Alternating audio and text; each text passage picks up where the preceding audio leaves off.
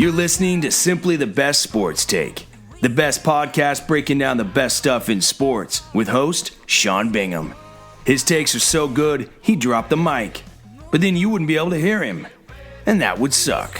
Welcome into STB Sports Take, Simply the Best Sports Podcast. I am your host, Sean Bingham. Again, I was away for a while. I went to Romania this time. I apologize for the absence, but we are back. We are on YouTube, Spotify, Apple Podcasts, Google Podcasts, Anchor Podcasts. Everywhere you get your podcasts, we are there. Thank you for being here. Please hit that subscribe button. Lots going on, lots to talk about. Yes, I did go to Romania. I know, super random. You're probably wondering what the heck is in Romania. I was wondering the exact same thing, which is why I went. And it turned out to be pretty cool. We did some cool, if you know what a via ferrata is, it's basically like assisted rock climbing. You know, you can climb pretty high up a mountain, and they've put these like rebar ladder steps into, you know, kind of the harder spots to climb. And there's a cable going up the whole way, so you're kind of like hooking in as you go. It's really pretty freaking fun. I think I actually enjoy it more than I enjoy rock climbing. It's really, really fun. So did that, went and saw a bunch of castles and some random stuff, just drove around the entire countryside. It was really, really fun. So took the week off just to kind of like unwind a little bit from work. So again, I apologize. I'm trying to never go a week without getting a podcast or two up. I do have some important work responsibilities that get to me sometimes, but I don't want you to think that I'm going anywhere, because I'm not. So please stick with me. I'll be here. I'll continue to do these. I love doing it. So thank you for being here. Please hit the subscribe button. We're going to talk about the NBA Finals first. Obviously, it's 2-1 in favor of the Suns over the Bucks. Game 4 is in Milwaukee tomorrow night. Phoenix took the first two at home. Milwaukee defended home court themselves in Game 3 just the other night. Huge win. They won by 20 plus or whatever it was. Devin Booker didn't even play. I guess it was just last night. Devin Booker didn't even play in the fourth quarter. He shot poorly. It could have been a turning point. You know, I'm still going to favor Phoenix to win this series. I think they're the better team, and they obviously still have home court advantage, and they have a one-game lead. So not a huge prediction there to predict Phoenix would win at this stage, but Milwaukee's been here before. Milwaukee was down 0-2 with blowouts, actually, to the Brooklyn Nets, and they came back to win that series. And it's interesting to think, you think back to that Game 7 against Brooklyn, Kevin Durant's foot, the shot that sent it into overtime, looked like it was going to be a game winner. His foot's just barely on the three-point line, and it ends up being a 2-point shot instead of a 3-point shot. That could have put the Nets into the finals, and honestly, I think the Nets would have won the finals. So crazy to think that Milwaukee is here and that maybe they could win a title when they were just a half an inch away from not even being able to be in the finals. So crazy year, been a really fun year to watch. Again, it's a shame the Jazz aren't there, but we're going to get into what I think they need to do to get back there next year. But with this particular series, I'm finding myself rooting for the Suns. And it's bizarre because I've kind of hated Chris Paul for most of his career, and this season he just won me over. I talked about this a little bit in a previous podcast, but certain guys, especially as they get older. So I've mentioned before, I'm a fan of sports first. I love sports. I love the game of basketball. The Jazz are my favorite team, but I'm not, like, the Jazz could cease to exist, I'd still watch the NBA Finals. I'd still follow the NBA the entire season next year, you know? So I'm a fan of the sport first. And there's something about a guy like Chris Paul. You see the dominance that he has. I've talked about the Chris Paul effect on this podcast many, many times. For those that maybe missed those episodes, I can recap briefly. This is a guy who every single year, every single team he goes to, rather, he makes them better. Every single team. Like drastic improvements. Even from when he was drafted to the Hornets, forever ago, Hornets, Bobcats, you know, they were kind of back and forth in those days. They went from like Suckfest USA, bottom of the barrel, picking in the lottery high enough to get him, to making the playoffs. The Clippers were a laughingstock for decades. He gets them to 50-plus wins, gets them into the second round of the playoffs.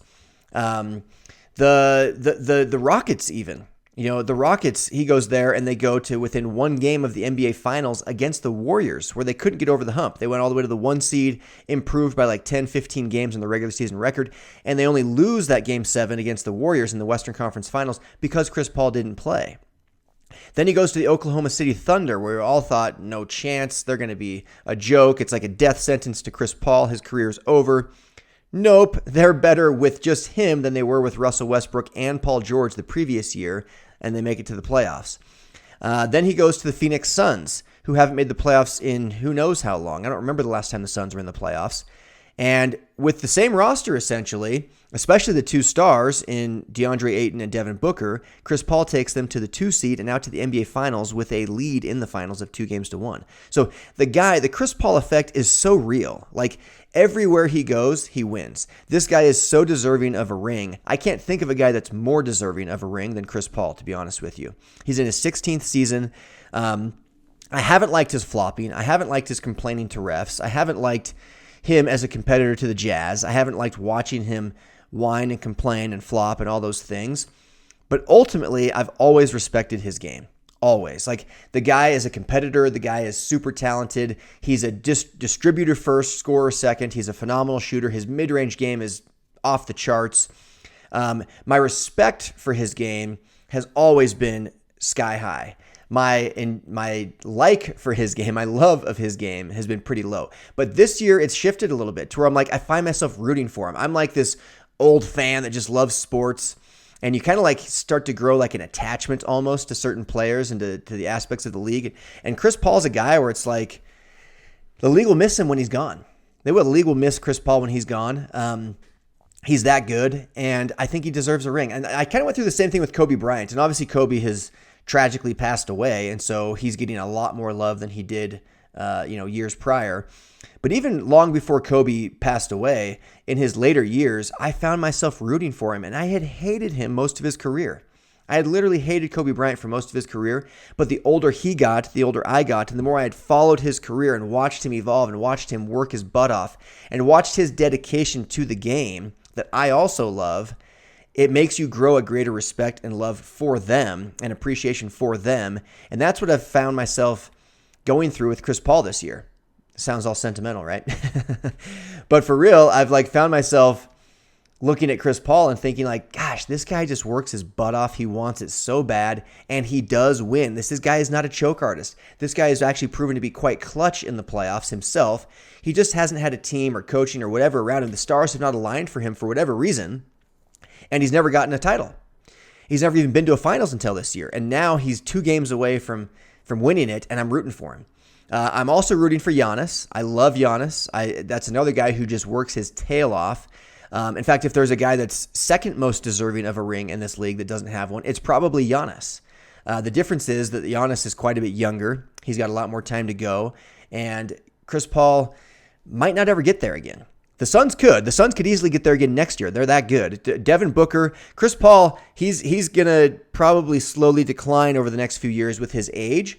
But his supporting cast is really the stars, which is Devin Booker, DeAndre Ayton. They're just going to keep getting better. So as they get better, it could negate a little bit of his decline. Their leadership's going to get better. Their veteran savvy is going to get better. He's teaching them all of this. Like, the Suns could be legit for the next 3 or 4 seasons. They could be really, really good contenders for the next 3 or 4 seasons if they can keep those pieces in place. Jay Crowder's been a great addition. He can be super up and down, but I've actually always liked Jay Crowder. I know some Jazz fans that I've talked to were glad to see him go. They think he's, too inconsistent. I like Jay Crowder's game personally. I think he's a good role player. I'd love to see him on the Jazz again, and I think he's proven to be a good asset to the Suns. But anyway, so there's Chris Paul, Giannis. Like, who do you want to win?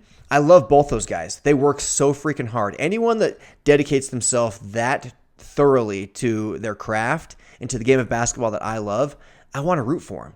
Both of these guys, they want it so bad. They care so much, and they're getting the absolute most out of the talent that God blessed them with. And other guys, I love Shaq. I put Shaq in top 5 or so all time, top 10 for sure. But he's a guy that was often accused of not getting the most out of his God-given talent. That would frequently show up to training camp out of shape, things like that. I don't know if I stand entirely in that camp. I think Shaq dominated like nobody has before. But did he get the most out of what God blessed him with?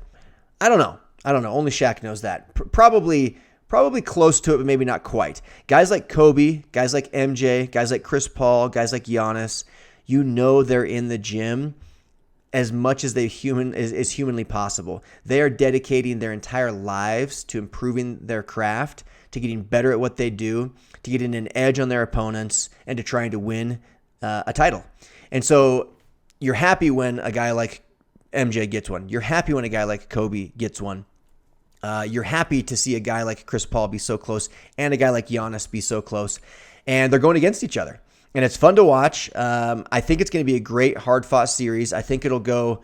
I don't know. This game 4 is so pivotal. If this game 4 goes to the Suns, which by the way, game 4 is tomorrow night. Let's look up the schedule real quick to get the exact days, because sometimes in the finals they'll not go every other day because they want to get the best ratings days.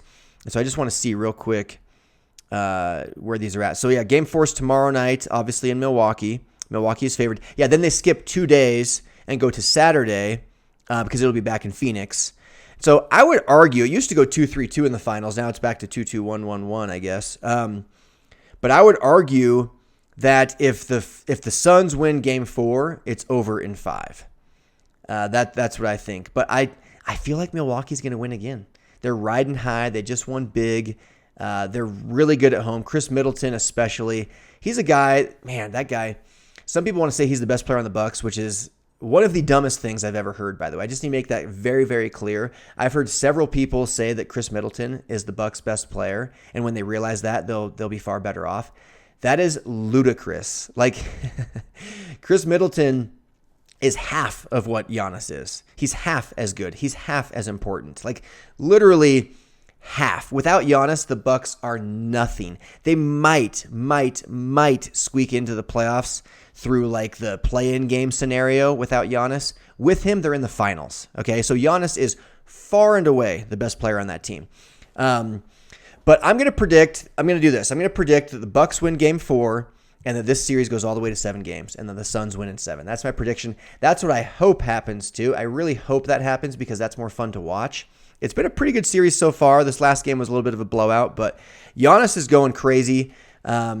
This last game, Chris Paul, like I say, and Devin Booker didn't play hot, but it's one game and it's not that big of a deal. So that's what we'll see what happens. But again, I'm rooting for both the guys, Giannis and CP3. I think they both deserve it. I think they both earned it. Unfortunately, only one of them can have it, and I think it's Chris Paul's time. And I'm rooting for the Suns. I'm rooting for Chris Paul. Okay, moving on. Oh, one more thing I got to mention about this.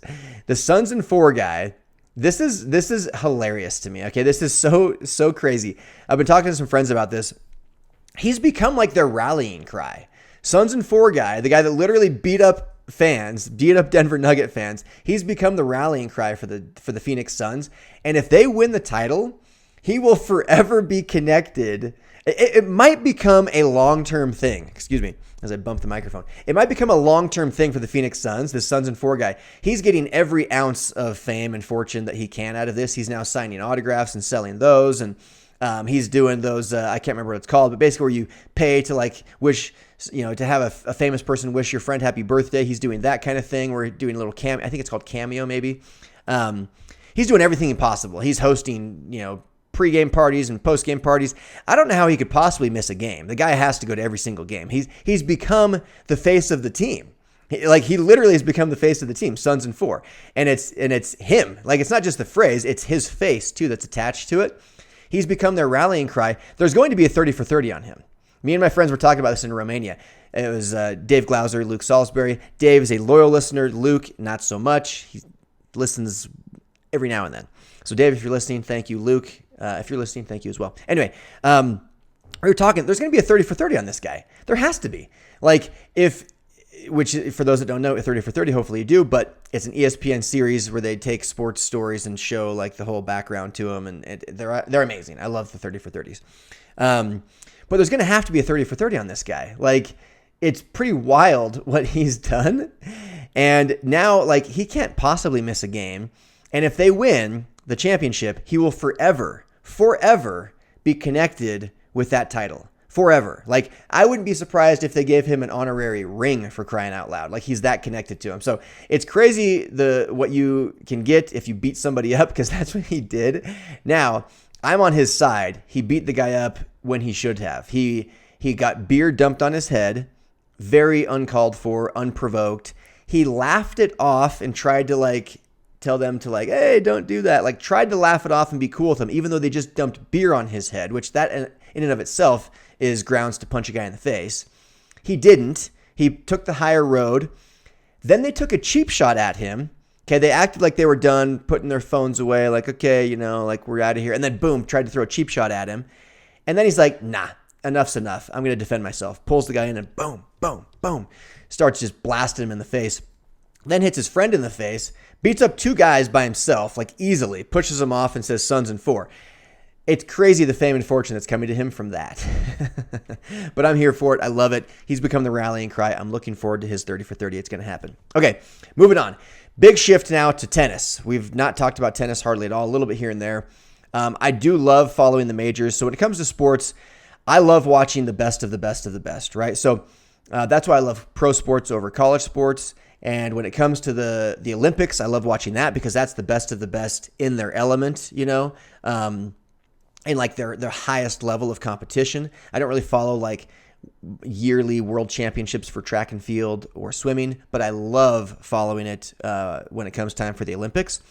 Tennis and golf, it's the major tournaments. I love watching the Masters and the US Open and the British Open, PGA Championship, and then in tennis, of course, Wimbledon, French Open, Australian Open, US Open.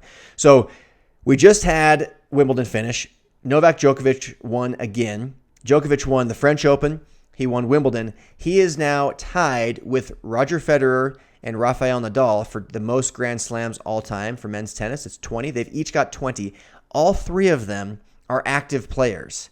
All 3 of them are like highly ranked active players. All 3 of them are tied for number 1 all time for most Grand Slam titles. Wild, wild stuff. I remember, so when I was like 20, how old would I have been? Probably like 27 or something. So I'm 39 now, so it's 12 years ago. That sounds about right. So I wrote for this sports blog thing.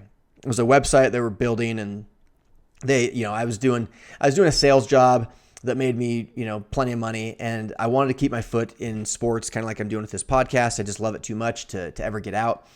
And so I wrote articles for this sports website. They wanted to kind of just have cool content. So I started writing for them. And I did one on, who's the more dominant player, Tiger Woods or Roger Federer. And I determined in that article that it at the time was Roger Federer, and it was. At the time, this is 12 years ago, we're talking like 2009, Roger Federer was on a tear. He could do no wrong. Tiger Woods was on a tear as well. But Roger Federer, like, it was insane to think that he wouldn't be in at least a semifinal, if not a finals, of any Grand Slam tournament. He was in every single one of them. He was racking up win after win after win after win. He was dominant. I would watch him and I'd just be like, this guy is unstoppable. Like he literally cannot be beaten. And it's different than golf because golf, you're playing against the course. Tennis, you're truly playing against the other player. And so his dominance was just unheard of. He just flew past Pete Sampras. Pete Sampras retired with the most Grand Slams all time at 14. And Federer just flew past him. And he does it with such like humility and grace. Like he's just so likable. And to me, like he's the greatest tennis player of all time. And I've been wanting to cling on to that. But then I started to watch as Nadal, who's just a few years younger, started to get the better of Federer again and again and again. They're head to head. It's like 2-1 Nadal to Federer. Like he's just clearly got the better of Federer head to head. A huge reason for that, I do think, is age. I do think that's a factor. I also think that Federer is right-handed, which most people are. Nadal is left-handed. I do think that plays a factor where it's so unique for him to have his athleticism and his skill set combined with the fact that he's plays so differently than most tennis players are used to playing against. I do think that's a huge advantage in tennis to be left-handed. I do. If you have the athleticism and the skill set of a top-ranked player, it's like a top 5 player, it's that one left-handed advantage where it's just so different. The ball's spinning different. Everything's in reverse, right? Everything's backwards from what you're used to watching on the other side of the net. That can bump you from number 5 to number 1. And I think I think Nadal has greatly benefited from that, to be honest with you. And so I started to watch as Nadal was really kind of surpassing Federer. I didn't want to admit it, and I still haven't, and I won't, because they're now tied, and Nadal has dealt with some injuries, and he's kind of gone downhill a little bit. But quietly and less gracefully and less elegantly and humbly, Novak Djokovic has been slaughtering people. And now he's at 20 Grand Slam titles, and he is number one in the world. And I think he will go down as the greatest tennis player of all time to those that are truly honest with themselves and with the game. He's kind of brash. He's more in your face. He's not even as good looking as Federer. Like, it's just interesting. He's just not Roger Federer. He's not as likable. And I don't think he's been dominating quite like Federer did, but it's like, look at this age of tennis. Federer, Djokovic, Nadal, the top three all time are playing right now. I mean, it's almost unfair, because Federer would have gone down as the greatest of all time without question. Well, now his birthday is like the day before or after mine. So we both turn 40 here in a couple months, or in a month. And so clearly Federer's like on the downslope. I'd love to see him get another major. I think he's got one or two more in him. I was hoping to see him get it at Wimbledon. We'll see. I think it's not outside the realm of possibility. It's obviously getting less and less likely with age. But tennis isn't basketball. It isn't football, although Tom Brady's doing it at 43 still.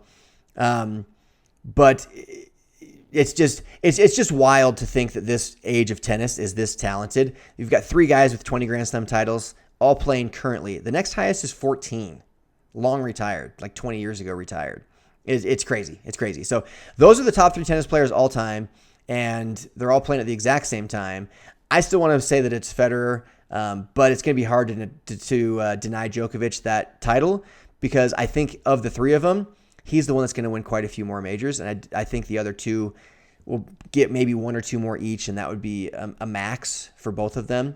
Whereas Djokovic, I think, probably will get 5-6 more, honestly. I wouldn't be surprised if he got to 30. Like, he's just clearly the best.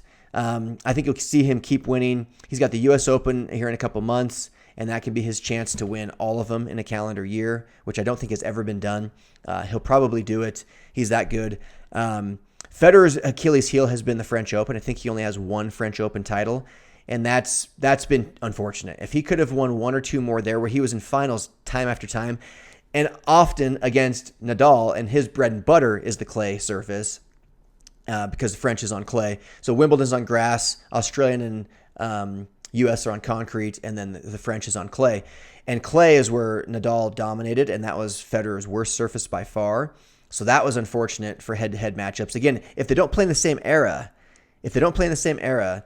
Federer probably has 30 by now, because look how many he's had to give up to Djokovic and Nadal, 20 apiece. So very competitive age of tennis, fun to watch. So that's something I will be keeping an eye on, even though it's not a major sport like basketball, football, those. It's something I'm going to keep an eye on. Okay, on to another sport I don't talk about as much, the UFC. Conor McGregor fought Dustin Poirier and broke his leg end of the first round. Loses. He was losing that fight. He probably would have lost that fight. You never know, because in fighting, it can just take, you can be getting your butt kicked, but you get that one solid connection, that one solid hit in, and it changes everything. And so you just don't know for sure. But Poirier was winning the fight. McGregor was losing. I lost $20 to Dave Glauser in Romania on the side of a mountain. We bet $20 and I lost. But anyway, Khabib says that McGregor is done. Khabib hates McGregor. Poirier hates McGregor. Everybody hates McGregor. I love McGregor. He knows what he's doing. He's a showman. He talks trash. He does all this to promote big fights, big money. He's making as much money as he can. When he gets into the octagon, he's not as good as he used to be. He's kind of being exposed a little bit, and it's kind of sad for me to watch, because I do like the guy a lot. But he loses to Khabib. He goes and does boxing, loses to Mayweather, loses to Khabib, loses to Poirier now twice in the last 8 months or whatever it is. It just feels like time is coming to a close for him.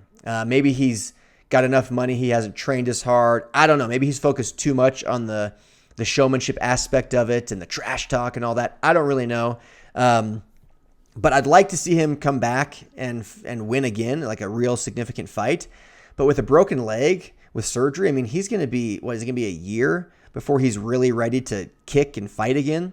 That seems like a significant injury. I'm sure it's, a few months before he's able to run around and do things like that. But when it comes to like combat sports, kicking and fighting, you got to think close to a year before he's back in that kind of shape too, on top of having the structure of his leg back in that kind of shape. So very good chance that he fights Poirier again and loses again, but I would be rooting for him big time. But I'd like to see Khabib and Poirier fight. That's what I would like to see. That would be amazing. They both hate him. Maybe they could, I don't know. It'd be interesting to see them fight. But somebody needs to step up and have some sort of showmanship in the UFC to drive the big numbers that Conor McGregor drives. Because as much as they hate it, the UFC needs it.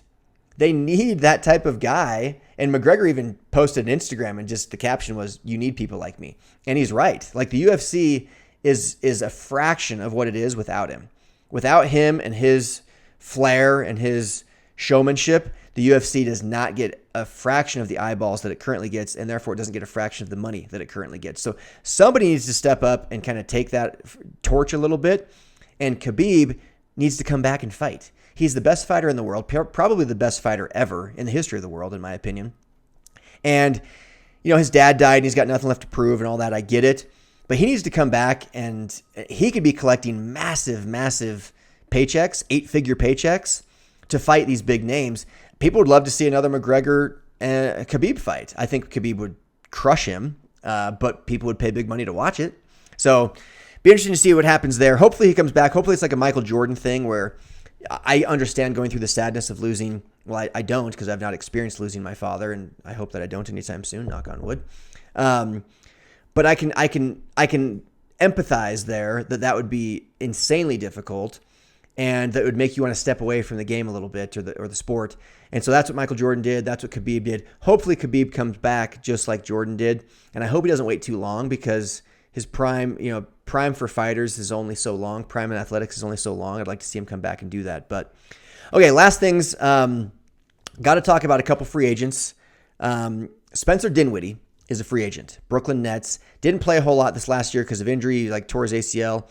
Played like 3 games is all. But he's a guy who the previous season averaged over 20 points a game, 7 assists, 4 rebounds, 3.5 rebounds.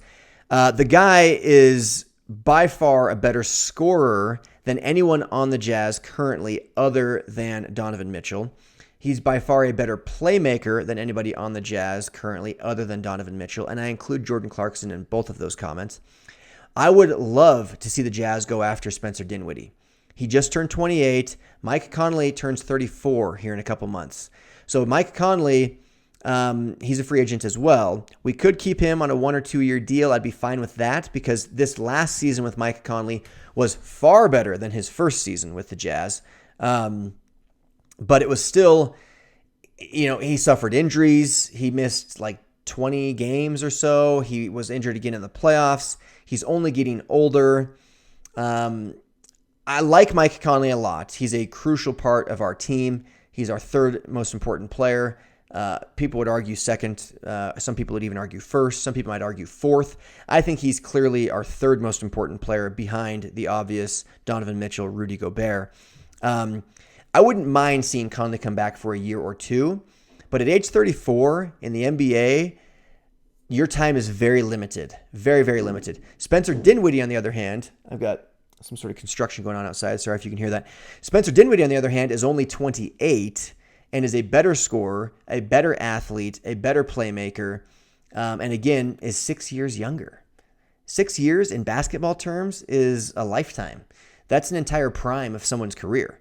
28 to 34, that's your prime years. Dinwiddie's just now coming into that. He is coming off a torn ACL, but I think we've seen so many athletes come back from torn ACLs and be fine when they take that year off that I'm not that worried about it.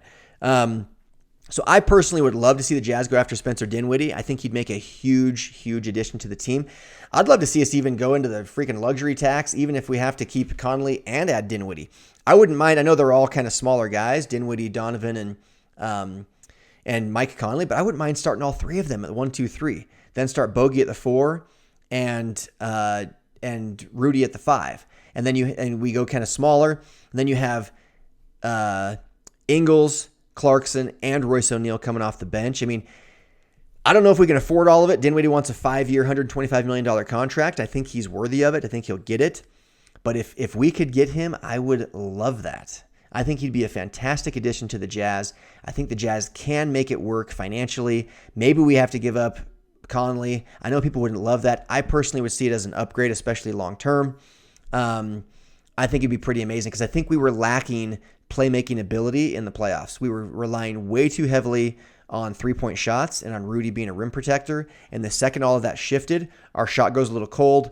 The Clippers pull Rudy away from the basket, and all of a sudden we're like not even good enough to beat the Clippers without Kawhi Leonard. So I would love to see more of a playmaking, athletic team in place. Royce O'Neal's not the best athlete. I wouldn't mind seeing him go to the bench and Spencer Dinwiddie take his place. That would be amazing. So we'll see what happens. We'll see what who the Jazz go after. Speaking of Kawhi, he's also technically a free agent. It's a player option, and they've had 2 letdowns in LA. But what's going to win out? His love for Los Angeles, to live in Los Angeles in Southern California, or his desire to win another title? I don't know. Maybe did Paul George do enough to show him that, man, if I would have stayed healthy, Kawhi Leonard speaking right now, if I would have stayed healthy, we could have won a title. I don't know. I think you'll see Kawhi stay. The Clippers are going to contend for a while. Paul George may have exercised some demons these playoffs with the playoff P, pandemic P, all that stuff. He did play pretty freaking well, especially when Kawhi went out. He kind of turned things around. So he might have exercised some demons. I think you see Kawhi stay in Los Angeles. We'll keep an eye on that. Last thing to mention, Team USA 0-2 in exhibition games. Totally meaningless for the most part. I'm sure they'll go and win gold still. But 0-2, Pop was a complete jerk at the mic again. This guy, I like Pop. He's a great coach. He can be funny sometimes, but sometimes he can be just a bit of an a-hole and kind of forgets that his money, his entire livelihood, his paycheck comes from fans, which stems from TV, which means media. So I just think he could be a little bit more polite to people. He's the kind of guy that, he seems like the kind of guy that treats, let me put this into perspective. Pop seems like the kind of guy that would go and treat a random cashier at a store that's making $10 an hour just trying to do their job, and something goes wrong with the computer system and it's really slow and you're kind of frustrated and annoyed and you take it out on them. Pop seems like that guy to me. He seems like that guy to just step on the little guy. He seems like the guy that if you can't advance his career in some way, if you can't advance his life, he's just going to step right on top of you or over you. Pop comes across like that to me, and I don't like it. So I think he's a jerk. I think he needs to work on his manners. I think he needs to remember where his money comes from. And it's not because you're so great at coaching basketball. That's part of it. But without the fans and the eyeballs and the media pushing the eyeballs, guess what? Your paycheck would just drop like a rock. Okay, so be a little bit more nice, Pop. All right, that's all the time I have for today. Thank you for being here. Please hit that subscribe button. I am out. Peace. Thanks for hanging with Simply the Best Sports Take.